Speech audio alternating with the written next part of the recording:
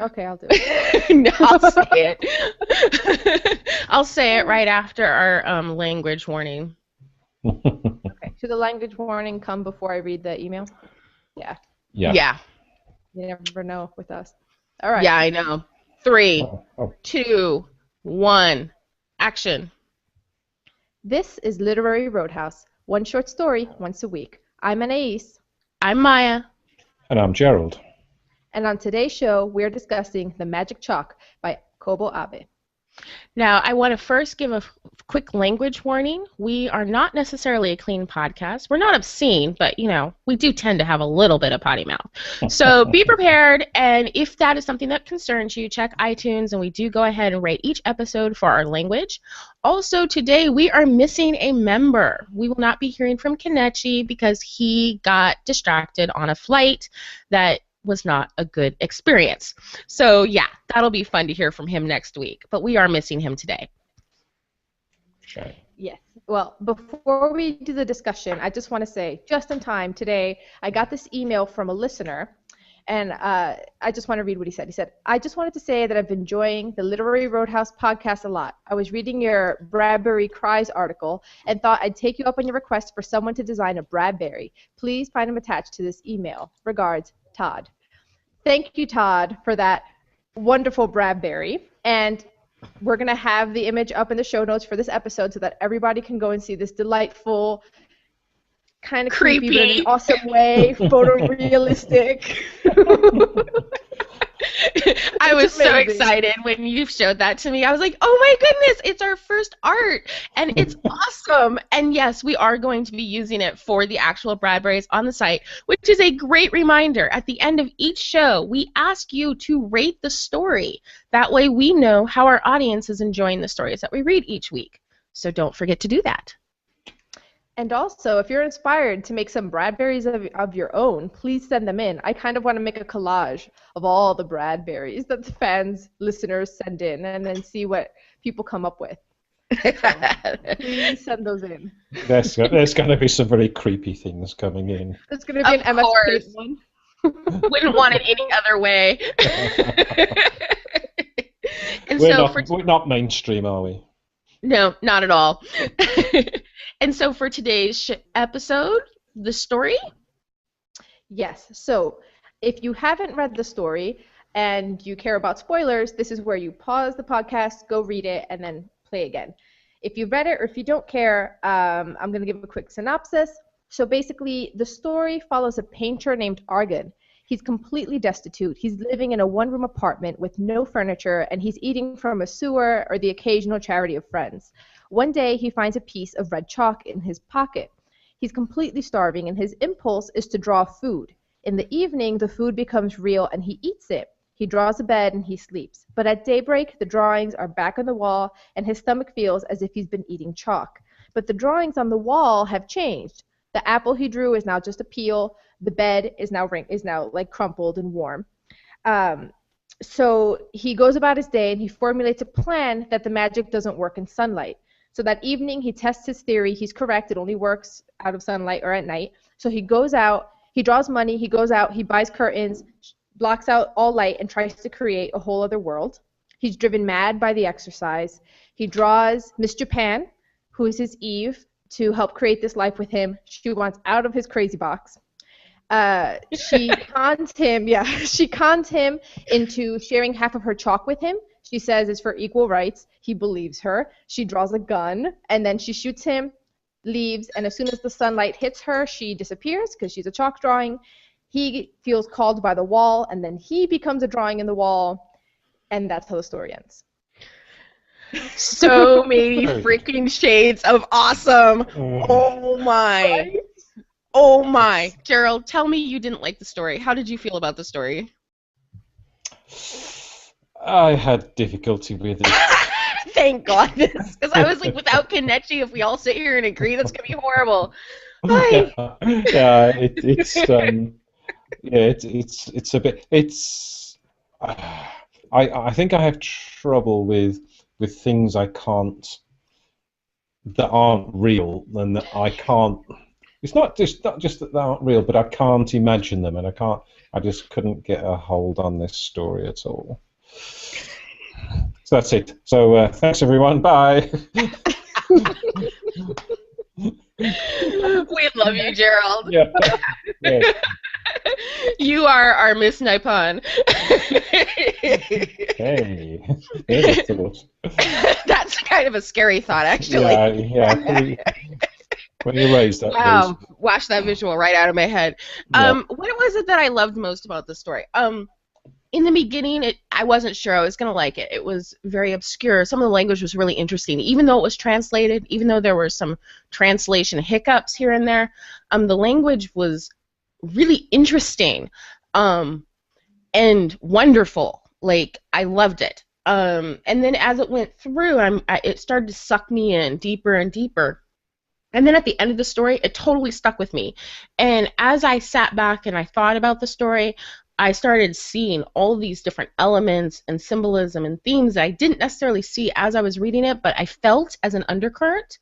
Like there was this feeling of unease and just interest and then horror as I was reading it. That wasn't what I was expecting after the first couple sentences. It definitely brought to mind images, of some older stories that are totally like leaving my brain right now because my brain is fried. The Adam and the Eve, and then the Eve shooting the Adam just was very biblical. The idea of the painting coming to life and it drawing you in. There was just so much to the story that I was very appreciative of. And I also found it interesting after reading Anais's great author spotlight, which I highly recommend. Honestly, I think it's one of the best articles on the website right now. The interview that she got with someone who studies Japanese literature was just really enlightening. And after reading that and sensing like the modern Western tone in some areas mixed with the very Japanese outlook, it was just, yeah, this was a story that I'm definitely going to be reading more of this author. Definitely.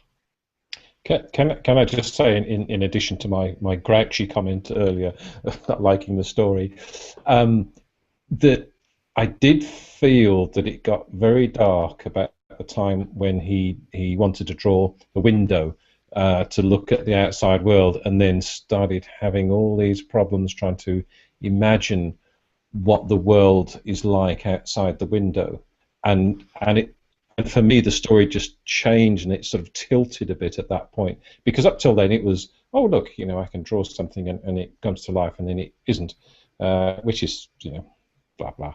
But then the darkness of him struggling with the creation of basically a universe. And sort of half sending him mad while he does it. I thought that was a very, very dark part to the story. Yeah, and it definitely struck me as a very human part, especially he was born in, 24? So this was written probably around, World War II? Something like that? In 1950. Yeah. 1950. So that was right around the time when there was a lot of scientific advancement and there was a lot of fear about what that would be. And I'm thinking, the more we know, the more we're able to create, the more questions there are at the other end of that. Like the whole thing right now where one of the people that invented the way to edit DNA is now saying there should be a moratorium on it until we've worked out the ethical questions. And so it very much seemed to touch on really modern themes of what is creation? Is creation something that humans should do? And the madness. That was the other thing, totally got me, because part of me was thinking, if I was a neighbor watching him from the outside looking in, he would very much just be this crazy guy that was losing it. But yet from the inside looking out, everything he did made logical sense to his reality.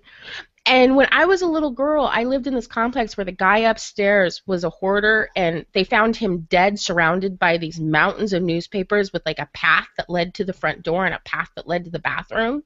And he was dead in there for a week because nobody could find him. And it was it brought me back, I bet in his own world, all of that made total sense. And that was just creepy. Yeah, it's funny you say that because so the first time I read it through, I was right with him. Like, of course you get magic chalk and you create an alternate universe. The second time, like, that's insane. Most people would find, like, no.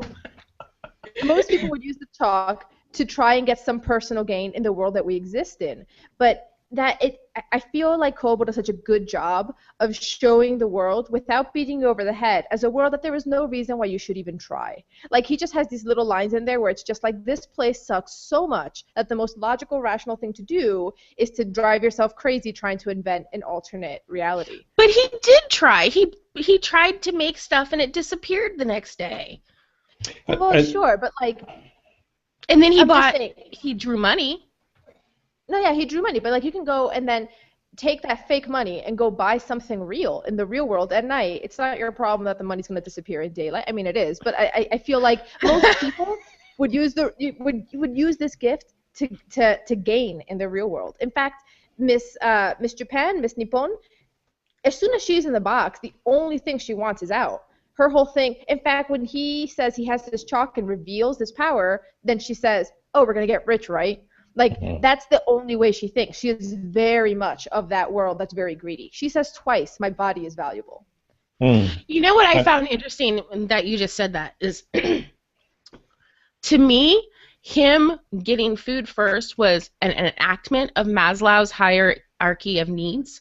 Because when you are so destitute that you haven't eaten, you literally, like, your brain changes, and you can't conceive of money, of a house, of anything other than your immediate needs. And once those immediate needs are filled, then I think the second rung is sex, and the third rung is, like, shelter. Yeah, shelter comes after reproduction. But it's like there's these levels of needs, and at the very top, once your other needs have been fulfilled, then you can reach a level of wanting to strive for emotional, spiritual fulfillment. But you can't really conceive of that if you're so needy that you can't see beyond an apple. And so when I was reading this, it definitely, hit those tingles. And then when you were saying that, it really brought to mind, because Miss Nippon, she came in, she had food, she wasn't broke, and her first thought is, I want to get rich. Whereas his first thought is, I need food, I need a place to sleep, I need a woman, which made total sense when he's coming from a place where he's literally eating out of the drain pipe from a restaurant, which, by the way, was gross. So gross. Oh, so gross. Why don't you just start there? Start with the half a sandwich guy.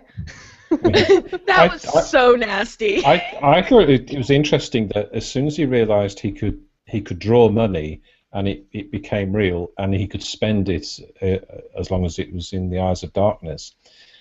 The only thing he bought was something to make to black out the window so that the drawings he made stayed real and didn't disappear again. And he just didn't think of, oh, I can draw money, so I'll buy food and I'll buy clothes and I'll do all this stuff. Because the power of creation makes humans mad. I really think that's something that you see in a lot of stories, and it's this question of, should humans create, and what will that do to humanity? That just it's weird. He definitely went crazy. He did go crazy, but for me, the creation aspect of it wasn't as strong as it seems to be for you. I mean, part of it's definitely there, but I like, if you said to me, is this a story about creation? I wouldn't say yes, but it did make me think a little bit of the circular ruins, which maybe is why Gerald doesn't like it too much. But I think it's funny because Gerald totally sounds like the rest of us, and then every once in a while we pick this story and he gets all crotchety, and I'm just like, it is. It's really there. Every blooming week you bring up the circular ruins, and Gerald doesn't like it. One of these days I'm going to get you to record "Get Off My Lawn," and I'm just going to play it when I have a mixer. Yeah. No, I'll just say it for you. Sorry. Right, but so it reminded me a little bit of the circular ruins. The only thing is that in this story, he's being driven mad just thinking of a world, of a society to exist in, while in the circular ruins, it's about creating life, a single organism. in this story, he creates Eve in half an hour. Like, so I feel like Abe isn't meditating as much on the complexity of life, so much as the complexity of culture and society. That is what he seems to be much more obsessed with. And it seems to me, it's really a story about belonging and society and making commentary on how bleak it is. Because like there was one line that in the story where I was like, that's the most depressing thing I've ever read. And Abe isn't beating you over the head with his point. He just says, beyond the window pane was a bread and pastry jungle, a mountain of canned goods, a sea of milk, a beach of sugar, a beef and cheese orchard. He scampered about until fatigued, he fell asleep. He doesn't sit there saying, and isn't it unfair? Isn't it unfair that this guy's starving? It's just there. It just is. So it makes sense why when he's drawing a window, he doesn't think, why don't I just look out the real window? Because out the real window really sucks. Yeah, and it's to him it's an alien world. It's as alien as a different planet. And I think coming back to Maya's point about sort of creationism and things, it's interesting that you can use advancements in science to cure ills, which is great, and you know, maybe modify the DNA to get rid of the nasty gene that will, you know, cause illness. But then it's just a very, very tiny step over the line into saying, well, I'd like a blonde-haired daughter, please. And that's the point at which everyone goes, no, can't do that. Icky, uncomfortable, what are we doing? But also, when I say that this story to me is about creation and about life itself, that's not saying that it isn't about the bleakness of society. You know, it's just that this to me is the most overwhelming theme that I saw, both because the whole point, the whole like idea of the story is he is creating stuff out of chalk, but also what drives him mad isn't what he's created. It's trying to figure out the definitions of things, where one thing ends and the next thing begins, the line, and what is his undoing is the woman he's created needs to create death, which is necessary. You know, it's that line, you can't have one without the other. And as humans, we tend to look at like gangbangers that are fighting over territory, or, you know, countries that are fighting over territory, or people that are fighting over race as some moral ill that's not human, when actually it's a very human impulse. Everything we do is based on definition, and definition is based on where one thing ends and the next thing begins. And when you start looking at that in a big enough picture, it is so big it can drive you mad. And that's something that I really enjoyed about the story, that, you know, it touched on those themes, and it definitely drew me in. But that's not saying that, you know, the other themes aren't there. In fact, the theme of what's outside the window being so horrible and what's inside possibly being a refuge is just more added on to that theme to me. You know, of course he wouldn't want to be part of that world. That world's been horrible. So he can create a different world, which is defined by the curtains. And then when it comes time to create a whole new world, it's just too overwhelming. He bit off way too much than he could chew. Yeah. And it's funny you say that that Eve is his undoing. She definitely is the one who pulled the trigger and opened the door. So in a very literal sense, it was him. Yeah. And she's also introducing the gun and death. But he was already being undone even before she came, because remember, he starts to like he eats the first fruit, the apple, and then he wakes up the next day feeling like there's chalk in his belly. So it's already like from the very beginning you see these hints that that he becomes part of the drawing. Not that I knew it was gonna happen, but like it's set up from the beginning, like it's here, it's coming. Yeah. Anyone else find it really like at the end of the story? I had this total inappropriate reaction of really when he's sucked into the drawing. He's not just sucked into the drawing. He's sucked into the drawing on top of the girl, which which I know it's like, really, dude. And then his neighbor's like, "Oh, starved for a woman, wasn't he?" Oh man, I found that so funny. I was like, wow. And the point about the right at the end when there's a tear or something coming out of the wall, was that real? I don't know, but I I loved it. I don't know. You loved it. I rolled my eyes at it, but I realized I rolled my eyes at it because I'm reading this in 2015, where like we see this all the time. And then there is the solitary tear, right? I feel like maybe in 1950, maybe, I don't know, it was fresher then. But like reading it now, I'm like, Yeah, you hadn't seen Ghost yet. Yeah, I'm like, do not give me the lone tear. But all right, it may have predated the abuse of that.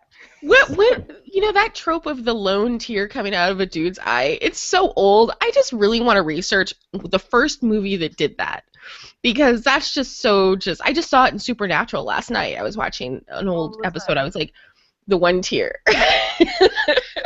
Isn't it related to the stigmata and the blood coming from? I don't know, because on stigmatas you always see the tears coming out of both ears, both eyes, and the ears and the hands. Yeah, and the feet. Yeah. Yeah. I wouldn't be surprised if it's like in the Epic of Gilgamesh. Like I think it's like tale as old as time. Boys don't cry, but if they do, it's one. It's only one. But it's a good one. Oh man, best quote ever, Anais. Best quote ever. So as far as on a deeper level of the story, how did you guys all feel about the language? I mean, it is a translated story. This is what, our third translated story or second one? I think it's our second.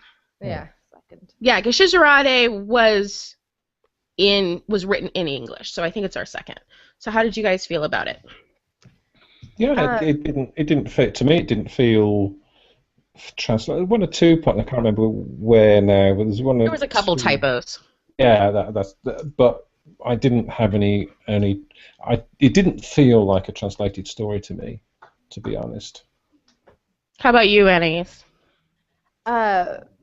For me, I wouldn't say I necessarily fell in love with his prose, but I did appreciate the way that he sort of shrouded his messages. Like at no point does he come out and say, this is he comes close to it twice. There's only 2 times where he almost says, this is my point right here. This is my theme. And it's just the one time where he's eating the food out of the drain, out of the gross basket. And he says, even if its nastiness made him aware of every swallow, he must eat it. Shit, this was the real thing. So he's there basically saying real life is shit. Like that's the closest he gets to it. Mm-hmm. And then the other time is at the very end when he says, it isn't the chalk that will remake the world. Okay, that's kind of like your moral line at the end. Mm. But other than that, everything was sort of, it was really subtle. Like for example, when he first sees the photo of Miss Nippon in the newspaper, all the headlines around her are violence. And then when she's born, like her first instinct is violence. She draws the gun. Like there's all these little things from just like, that was not an accident. That was on purpose. And I really appreciated that subtlety. One of the things that I found was, a lot of times when you're reading something that's translated, it can be translated in a way that just changes the way it sounds to the point where it sounds Western. And I felt like this retained a lot of the Japanese feel.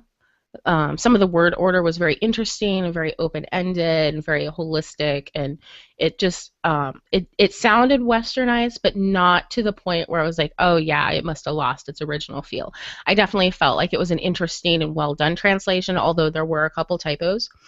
One of the things as far as metaphor or symbolism, we really need to do a post on metaphor and symbolism, by the way, because sometimes I get like a little confused on those. That would be interesting. But one of the things that I found interesting was the use of color, because he's a painter. And here, I'm just going to read this real quick. He was able to distinguish the colors and the proximities of aromas entering his room.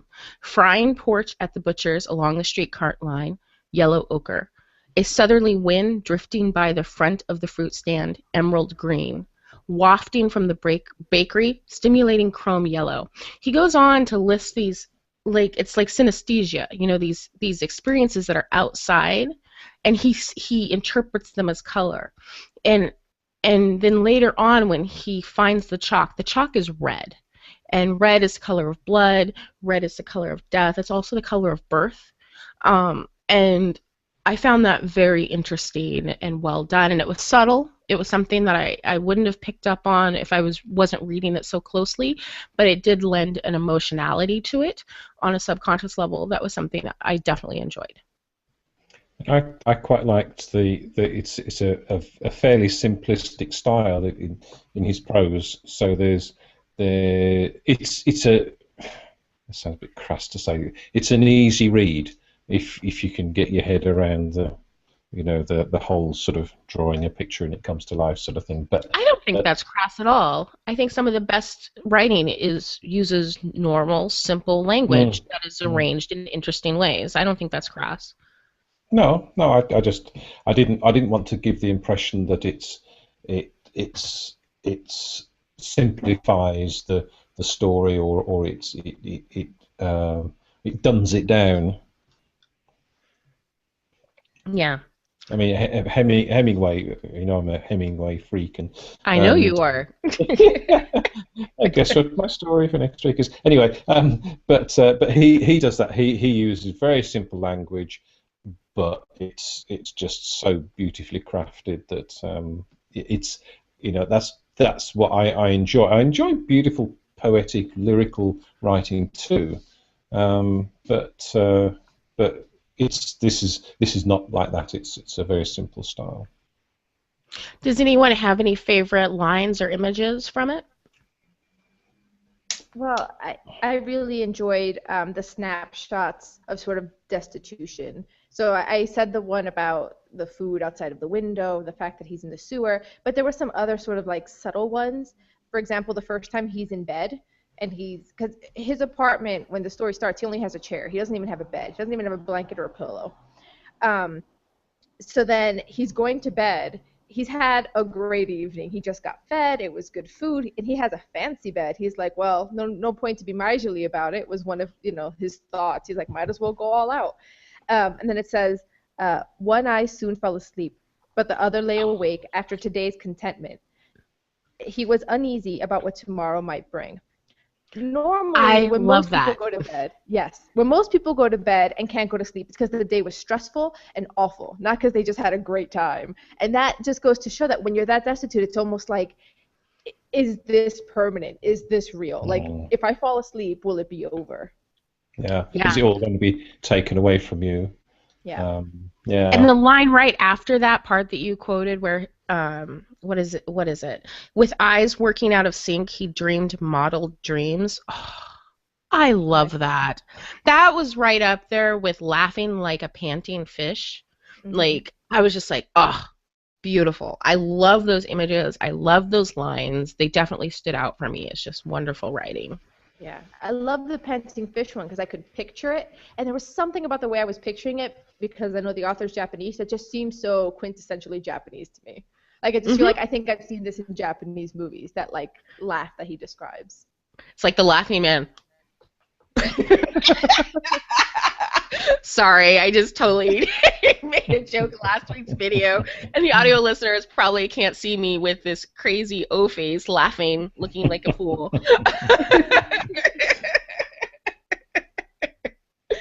So is there anything else about the story that you guys want to go over before we move on? Yeah, I have one more sort of like note that I took down. It's so while the author spends a lot of time letting you know that the world sucks, and when given a chance to change your life, don't just make a new one. But then it doesn't end there optimistically though, because it's almost like even though the author doesn't fit in this world, as soon as he isolates himself, he knows that it's not okay or normal, because it says a feeling of security.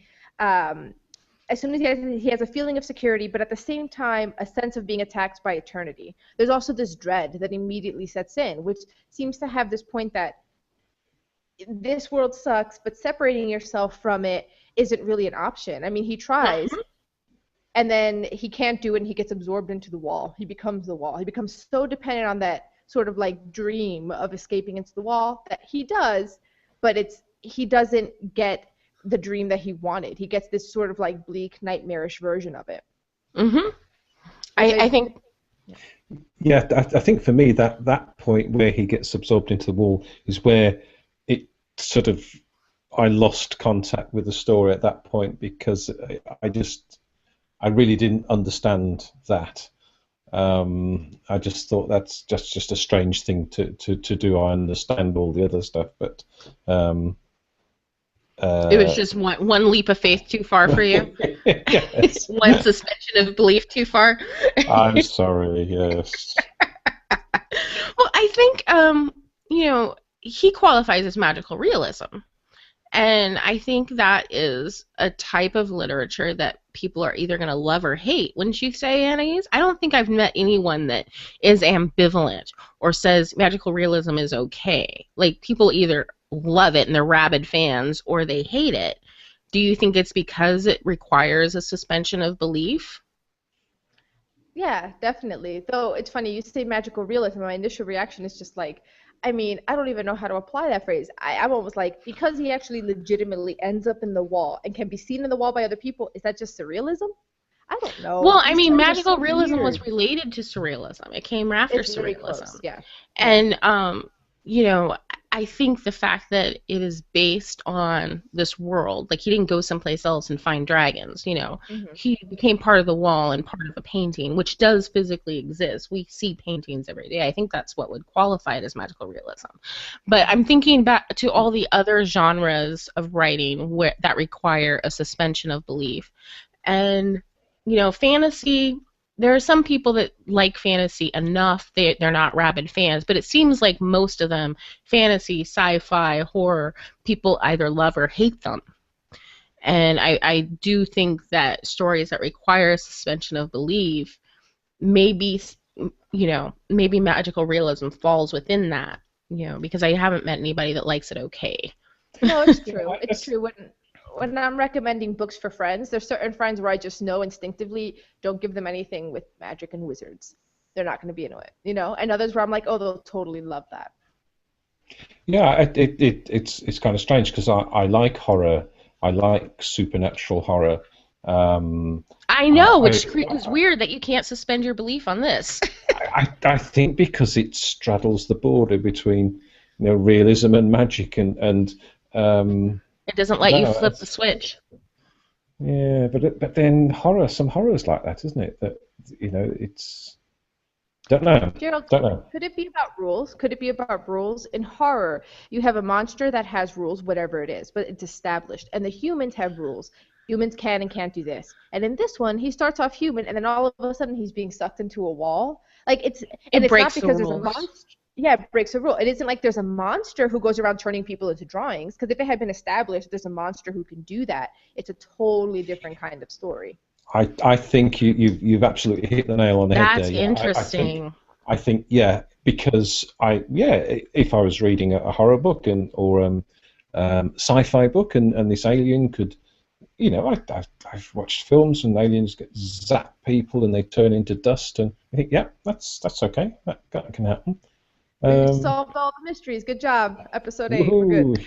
Well, I think that's really amazing, because it really touches on like basic personality and how we read, how we interact with story. The fact that some people can handle, fantasy or whatever, as long as there are rules within that world that make sense.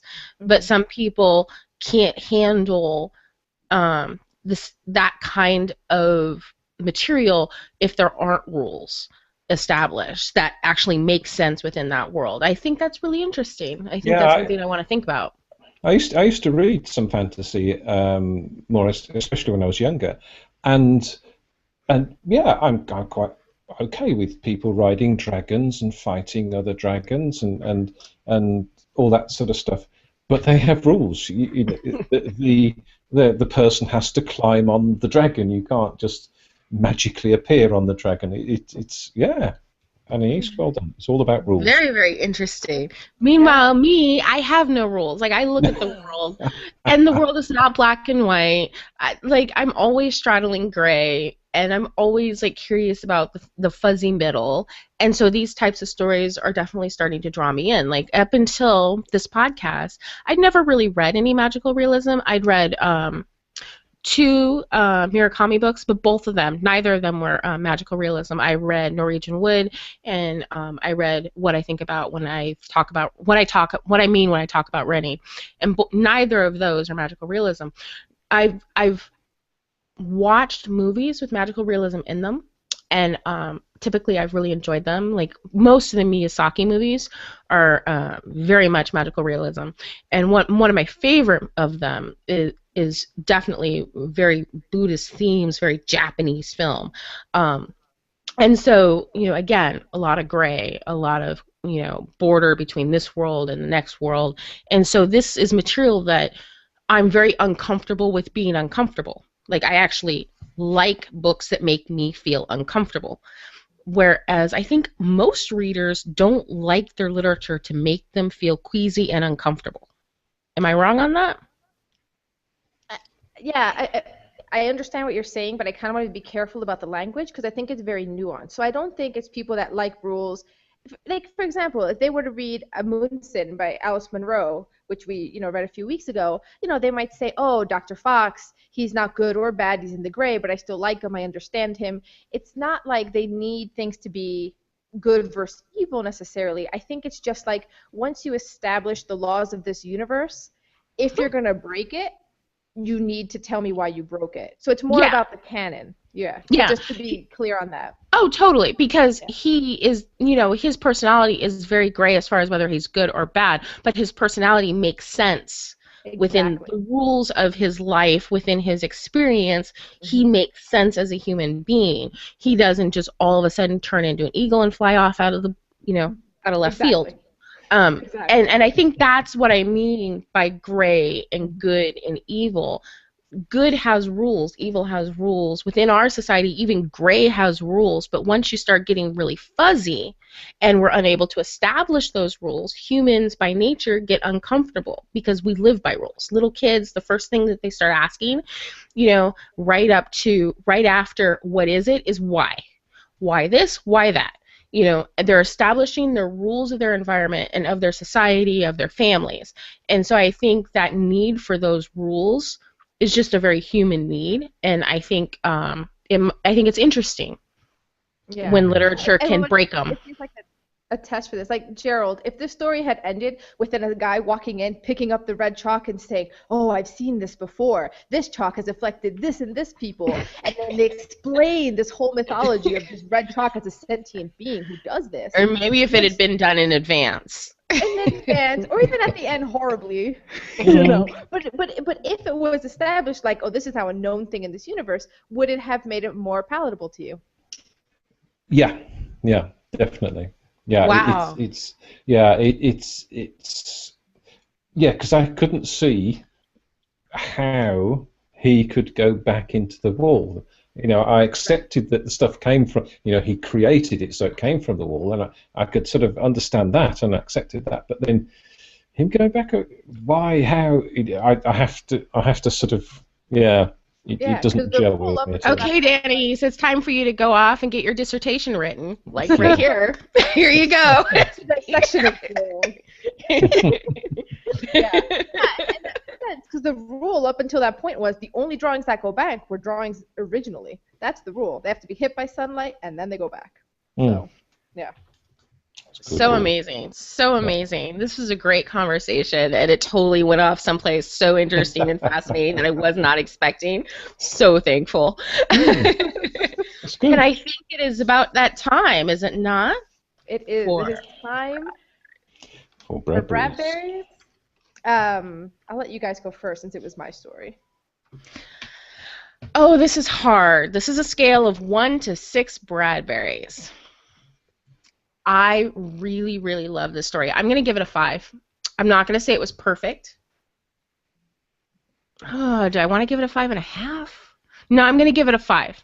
I'm going to give it a 5. I loved it. And what was last week's story? No, I can't even remember it. Laughing Man. You know what? I'm going to give it a 5.5. Whoa. That's pretty good. Yeah, I really liked it. Really, really, really liked it. Good. It's a 3 for me because it's higher than I might have given it, but I liked the style of writing. I liked the themes, but yeah, I just a slight disconnect. So no, just a 3. Sorry. Okay. I'm giving it a 5. And I'm actually giving it a 5 because he gets sucked into the wall. Otherwise, it probably would have been a 4 or 4.5, because it would have been like, okay, good themes, but I feel like I've seen this before. It wasn't until he got sucked into the wall where I was like, out of nowhere, really engaged. That was cool. So it's a 5 for me for weird. So you gave wall. extra marks for him going into the wall. Yes, I think it's really cool. You're They come weird. out And of you the- deducted, right? Yeah, Gerald absolutely, yeah. deducted for it.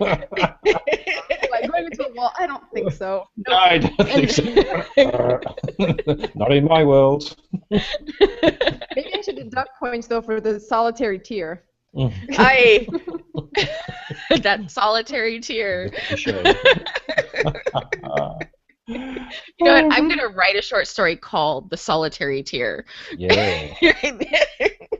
It should be like just a story about a manly man and then his mom dies and solitary tear. And then his dog dies. Solitary tear. It'll be like a country song. We're so wrong. Very So good. wrong. But How funny. many Bradburys did our viewers give the last story, or did we get any Bradburys for last week's story? I think we did. We got 2. We need more. But now that we have this image from listener Todd, maybe we'll get more because people are going to be clamoring to attach some Bradburys. Engaged. Totally. Oh. So last week we read The Laughing Man by J.D. Salinger, and readers give it a 4.5 out of 6. Good. Okay. That's actually. I was wondering if maybe we would be like outliers, because last week I think we all pretty much liked the story except a couple. Yeah. It was like up and down, up and down, up and down. I was very curious to see what everyone else would think. Yeah. Good. Okay, I think it's story choosing time. Oh. Okay, I'm gonna go Not old countries school. in Africa. I'm going super old school because we have been reading a lot of really interesting experimental literature, and I want to give Gerald a break. I'm going for The Telltale Heart by Edgar Allan Poe. Actually, that's probably not a break. That's not a break. No. I thought I was being nice. That's okay. That's a 15-minute break on a 12-hour shift. Well, I'm going to make another attempt to get Hemingway onto this podcast. And a very, very, very short story, The Old Man on the Bridge. Okay, so we're going to play a very simple game. I'm going to give you the title of a book with one word missing, an adjective. Because without adjectives, titles would be boring sometimes. It would just be like, the man. Ooh, adjectives, the words that we're usually trying to delete all the time. Fun! Yeah, now we're putting them back in. It's very important. They put it in the title for a reason. Did you remember it? We'll find out. So just as an example, so if I said The Blank Mr. Ripley by Patricia Highsmith, you would say talent. Talented. Yes. So I have 9. I think I'm just going to go between you guys. I'm just going to go Maya, Gerald, and you guys can rack up points. And whoever is the first one that falls, is it like, Highlander over here? No, I think I'm going to do all 9, and I'm going to do it. Immortal. If you miss it, your opponent gets a chance to steal that point from you. Whoa! Hey! Wow! This is a good game.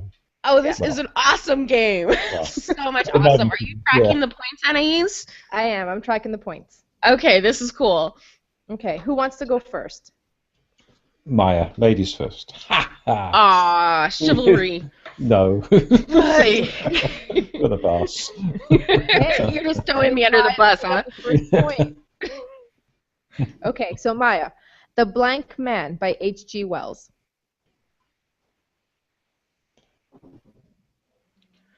Oh, wow. I don't actually. Oh, no. No, I don't know this one. Yes, you do. If you're gonna be The so Flying careful. Man. I'm gonna be so mad. I know it's gonna be like right here. Gerald, you're gonna steal the point? Invisible? Yes, the Invisible Yes, I Man. have that book Whoa. sitting right there. Game on you. Okay, the next one. I guess it's going to Gerald because that's how we're. It's okay. So I can't believe I did that. I told you you're going to be mad. You definitely know it. Okay. The Blank Sleep by Raymond Chandler. Big. Big. Very good. Maya. The Blank Curiosity Shop by Charles Dickens. You and Kenechi are like, getting together to make these quizzes to make me feel stupid, aren't you? Because usually I feel really intelligent all day, and then I come here once a week, and you guys knock me down a few pegs, make me feel like I no longer belong in the men's society. I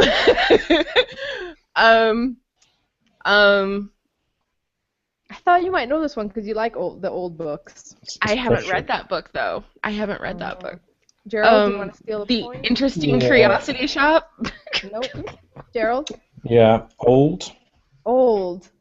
I even gave you a clue, but I was like, the old books. I've never looked at that book. I've never seen it. I told you I'm not that well read. I told you guys are more well read than I am. Well, we'll see. Gerald. You. The Blank Sky by Paul Bowles.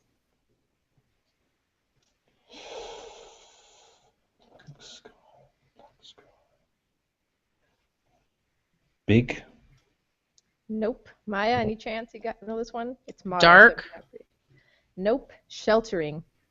Sheltering Sky. Yeah. Ooh, that's a nice title. Okay.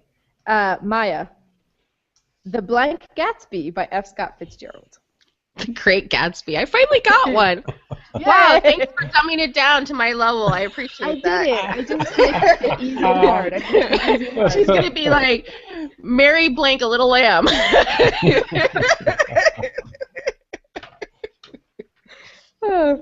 Okay, Gerald. You. Blank Lunch by William S. Burroughs.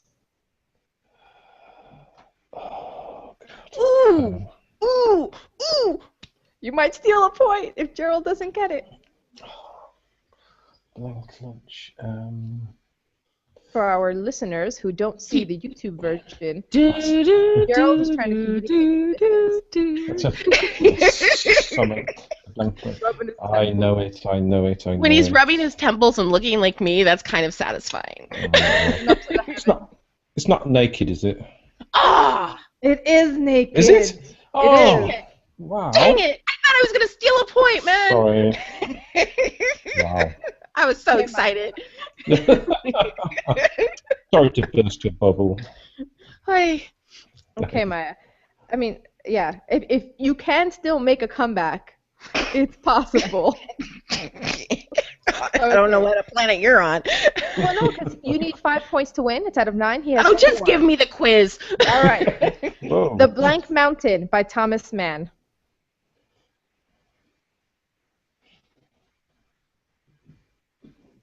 Probably heard this one, but I know. It feels like a shadow in the recesses of my mind. The Blank Mountain. The Rumbling. nope. Yeah, Gerald, I know it's not. Can you steal it? Is it dark? Nope. All Nope. right. It's like You're right still in here. it, Maya. What is it? Because you're not going to tell us. The Blank Mountain. The Blank Mountain. Lonely. Oh, no. I mean, I can tell you. We can move on. It is Yeah. No. The Lonely Mountain, you're thinking of The Hobbit. That's where... Thanks. Yeah. I never even finished The Hobbit. I'm a horrible person. I can't actually finish that book. I can't stand it. I'm like turn into Gerald. I'm like, get off my lawn. No. It was made into a movie in the 70s, I think. It's called The Magic Mountain. Oh, yes! I love that movie. Yeah. Mm-hmm. I knew it was right there. It was like right there. I could taste it. What Okay. color was it? Next. Yep. Yes. The Blank German by Joseph Cannon. Blank German. It won't come naturally to you as an Englishman what this adjective is. So you have to think past your birth. So, that's a strange image. I have to drag him to California. Have him think past his birth. I don't know. Yeah, I don't know. Maya? Good. Good. Yes, the good German. See, I told you an Englishman wouldn't be able to get it. I know good Germans. Look at you trying to ferment discord. What's your podcast with a little casual? That's all behind us now. Oh, great. There goes all of our German listeners. Next. I've got no problem. Okay. Blank Women. Oh, this is from Maya. Blank Women by Louisa May Alcott. Little. Yep. So actually we're done because 2 of them you guys didn't answer. So Gerald has 4 points. Maya has 3. Gerald wins. Whoa. Oh, thank goodness. At least I was, like, within the realm of not being completely ridiculous. I got 3. And we have Hemingway on the podcast. Way. Woohoo! Are you happy? No magical realism, small words. Happy bunny. Lots Yes. of testosterone. Oh, yes. Lots and lots of that. Yeah. It's going to be one of those stories. But yeah, very happy. Okay. So now we all stare at you and wait for you to do the outro. Okay. I just what happens next? I don't normally do this. I know, it's so confusing and novel. Okay. For show notes and to join the discussion, visit literaryroadhouse.com. We also find all of our social media links on the site. While you're at it, like our Facebook page and leave an iTunes review. It really helps us a lot. Don't forget to tell your friends, and until next time, read a good story. We did it! Episode 8! Yay!